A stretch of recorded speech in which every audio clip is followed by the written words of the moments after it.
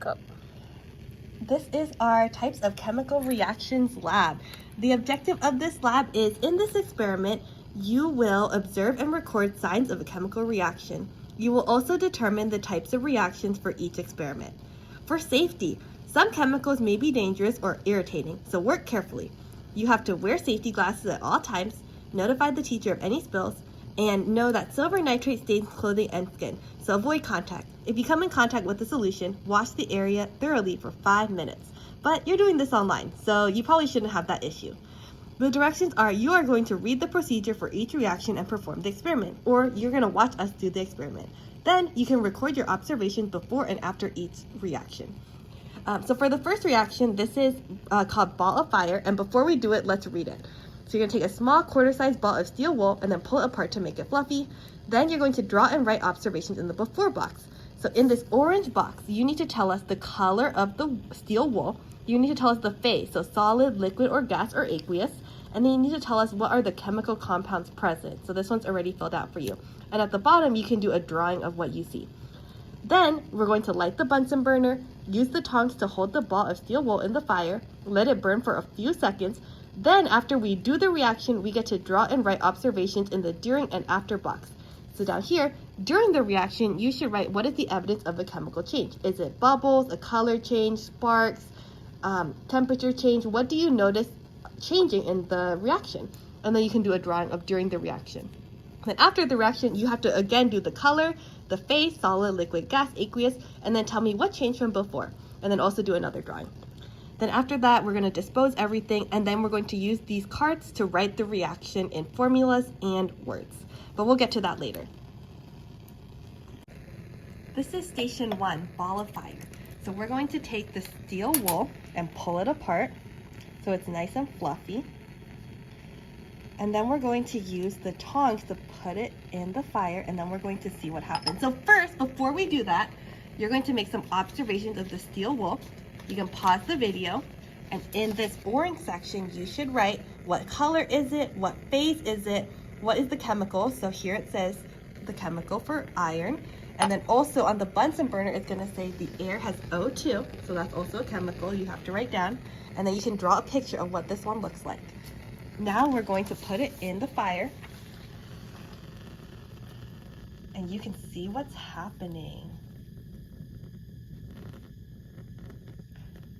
Okay, so now that it's burned a little bit, that was during the reaction, and it's still going a little bit. It's very fluffy. So we can dispose of this. And it'll be fine, it's just going a little bit. So you should draw your during the reaction and your evidence of a chemical change. So what did you see that told you a chemical change is happening? And then you should tell me now, let's look at it when it's done. Can you tell me the color, the phase, what changed from before, and then also draw it again. So finally, the last step is we need to write the chemical reaction for what we just saw. So what we're gonna do is we're going to use our sorting cards, and we're going to do this one for you. So we're gonna spread out all the cards. For future ones, we'll spread them out, but you have to sort them yourself. For this one, we're gonna help you out. So here's all the cards. We need to do the formulas and the words. So we can see, okay, so iron here, iron Fe is one of the reactants. We're going to put it on the left. Let's put iron on the left, and then iron in words, okay? And we're going to add something to both of these. So we see that the air has oxygen. That's another reactant. So let's put oxygen as a second reactant. We're gonna put O2 for the top, and then oxygen for the bottom. And there's nothing else that we have to add, so we're going to put our arrow, which means they're going to be reacting together, and they're going to make Fe2O3, or iron 3 oxide. So this is what you should write down in your paper.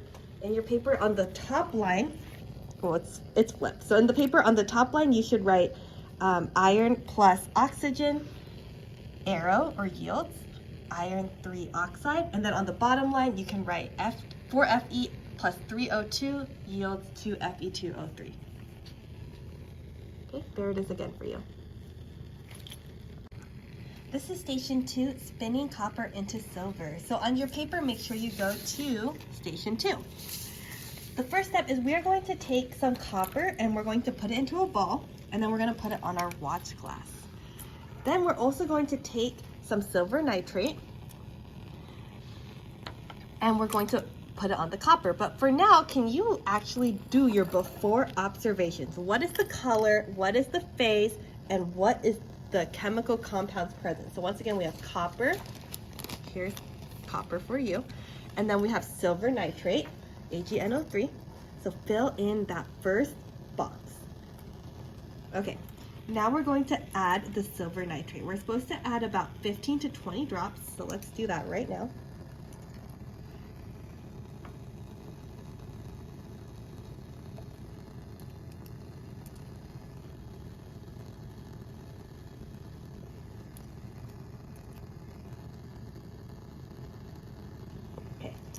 So now that we've added the drops, this is the during.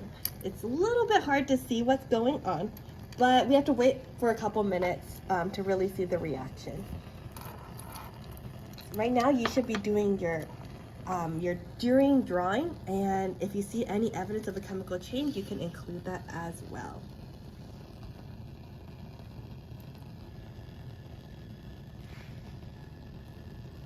Okay, we're actually going to look at it from the bottom, so we can see if there's any evidence of a chemical change on the bottom.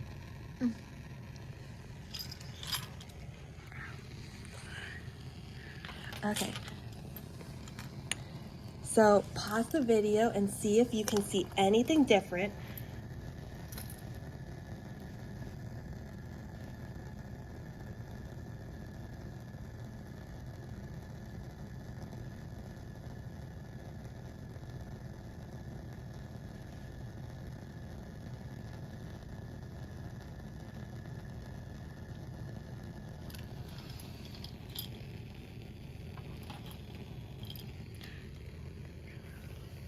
Okay, so now let's look at our sorting cards. The top ones are going to be the word equation, so you can pause the video and shuffle them around on your paper to write the correct equation.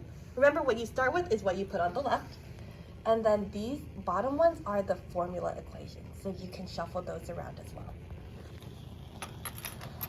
Okay, let's take a look again at our reaction. Let's look at the bottom to see if you can see a difference. Yep, there's definitely a different color that we can observe here. So make sure you take your observations, write what you think happened, write your evidence of a chemical change. This is station 3, playing with fire. You are not allowed to try this one at home.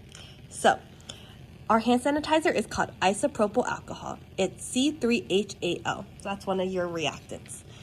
We're gonna put a little bit on the table, and then we're gonna light it using our lighter.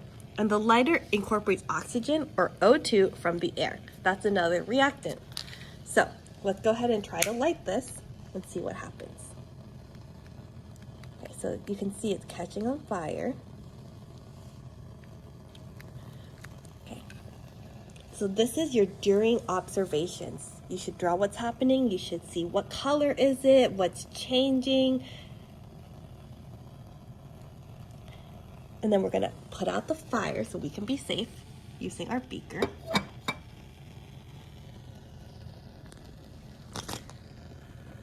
And now that we put out the fire, this is after. Can you take a look at after the reaction? What is changing? What is staying the same? What's the color? What's the phase? And make your observations. So now what you're gonna do, you're going to use your sorting cards again. Make sure that you do the top ones. Remember what your reactants are, what your products are. You can pause. And then now do your bottom ones. Pause so you can do your reaction. This is station 4, splitting water. The first thing we need to do is take our water bottle and fill our cup about halfway or 2/3 full with water, just so it goes above the push pins. So this is our before. You can actually be taking observations about what it looks like before. What is the color? Is it a solid, liquid, or gas? Draw a picture of it. And the compound present is water, which is H2O. That's the only thing present. Now we're going to take our cup and we're going to put a battery underneath it. So let's put our battery underneath and see if you notice anything happening in our cup.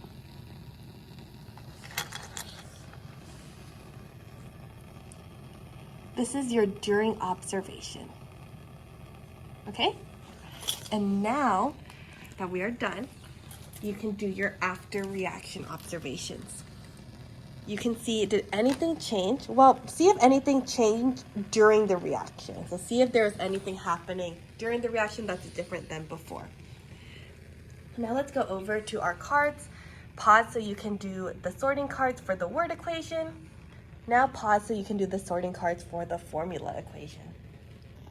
Station 5 is, would you like some salt? So first we have to look at our two solutions. The first one is sodium hydroxide, or NaOH, and the second one is calcium chloride, or CaCl2. So take observations of both solutions before we put them together.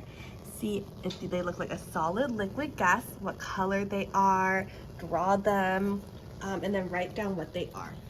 Okay, so now we're going to put it together. We're going to put about 5 to 8 drops of each. First, let's start with the sodium hydroxide. 1, 2, 3, 4, 5. Now let's put in our calcium chloride. 1, 2, 3, 4, 5. Okay, take observations of what you observed during the reaction and after the reaction. What's the color, phase, and what changed from before?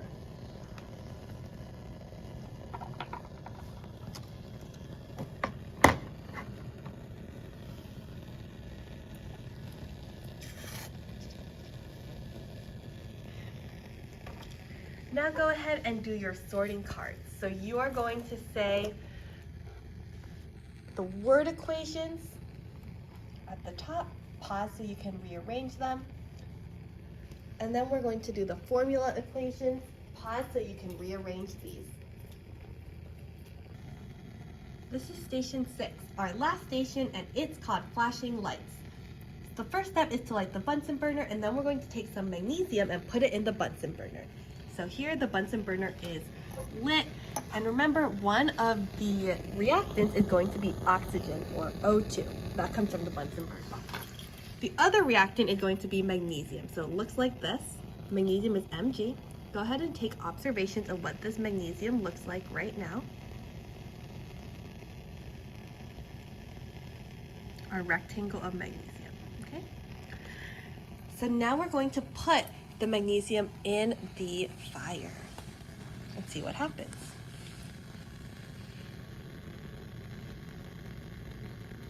Here we go.